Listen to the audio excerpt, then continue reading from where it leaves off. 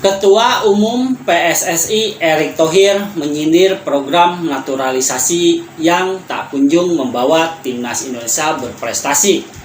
Terakhir, Erick Thohir menyoroti program naturalisasi saat pergelaran Piala AFF 2022. Proyek naturalisasi pemain timnas Indonesia digagas oleh pelatih Sintayong atau STY di ajang Piala AFF 2022 sehingga timnas Garuda Muda saat itu diperkuat 3 pemain naturalisasi, yaitu Jordi Amat, Mark Klok dari Persib Bandung, dan Elijah Spaso-Jepic pemain dari Bali United.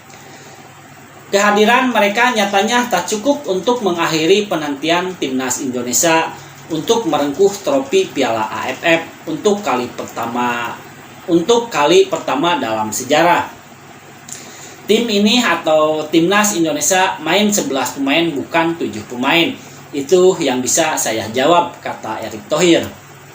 Erick Thohir berharap timnas Indonesia tidak hanya berfokus dan mengandalkan pemain produk naturalisasi, tetapi memaksimalkan pemain Indonesia dari Sabang sampai Merauke untuk memperkuat timnas Indonesia di berbagai level usia, serta melakukan pendekatan kepada klub di luar negeri yang ada pemain Indonesia yang membela klub di luar negeri agar bisa dipinjamkan ke timnas Indonesia bila dibutuhkan. Apakah ini merupakan sinyal dari Ketua Umum PSSI untuk tidak memperpanjang kontrak dengan Sintayong sebagai pelatih timnas Indonesia? Karena program naturalisasi yang digagas oleh Sintayong masih belum memberikan hasil yang maksimal untuk prestasi timnas Indonesia. Hanya Erick Thohir dan Sintayong dan Tuhan yang tahu. Mudah-mudahan saja timnas Indonesia ke depannya makin maju dan sukses. Salam olahraga.